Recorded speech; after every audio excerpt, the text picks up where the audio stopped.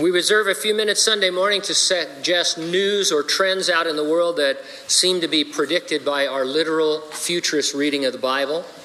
We're always careful to use recognized, reliable sources. There's just too much sensationalism regarding the Bible and prophecy, and there's so much good stuff there, we don't really need to go out on a limb and make anything up or be belittled for it. We're not saying that the things we report are the fulfillment of prophecy. They're just things that you would expect after reading the Bible. So the Bible predicts a future in which the world is united in a cashless system of commerce. Thus, you would expect the nations of the world to be moving towards cashless economies, and they are. Nearly 20% of the world's population lives in China. I came across an article titled, "Don't Even Try Paying in Cash in China." Here's some excerpts. It's hard for those of us who live outside of China to grasp how paying for everything has gone digital in that country, writes the New York Times. Most businesses there, from the fanciest hotels to roadside fruit stands, display a QR code that people scan with a smartphone camera to pay with China's dominant digital payment apps. Paying by app is so much the norm that taxi drivers might curse at you for handing them cash. A cashless world economy implies global government. And that's something else predicted in the revelation of Jesus Christ. Are we moving in that direction? We sure are. How many of you have heard of something called the Great Reset? Raise your hand if you've heard of that. A few of you. It's a plan being seriously suggested by real world leaders to radically change the status quo in our world. It involves the United Nations and the World Economic Forum. They want to take advantage of the COVID-19 panic to, in their words, restart the world. Following is from an article about this.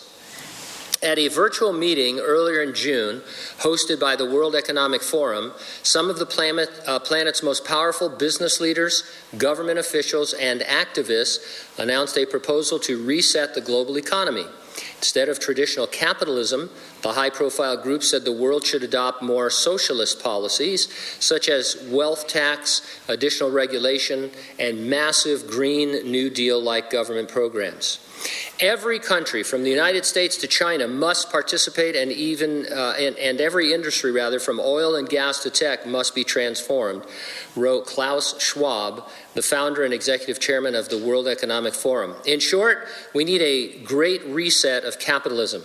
Schwab also said that all aspects of our societies and economies must be revamped, from education to social contracts and working conditions.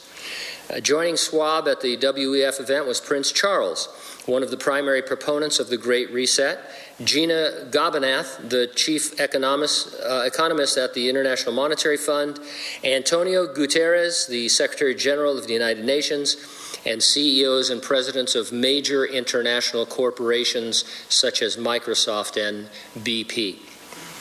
One of the main themes of this June meeting was that the coronavirus pandemic has created an important opportunity, as they put it, for many of the World Economic Forum's members to enact their radical transformation of capitalism, which they acknowledged would likely not have been made possible without the pandemic.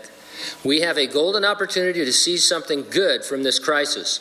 Its unprecedented shockwaves may well make people more receptive to big visions of change, said Prince Charles at the meeting, adding later, "It is an opportunity we have never had before and may never have again." You know, a lot of times you get accused of being a conspiracy theorist because you say maybe there's more going on. In this case, there really is a conspiracy.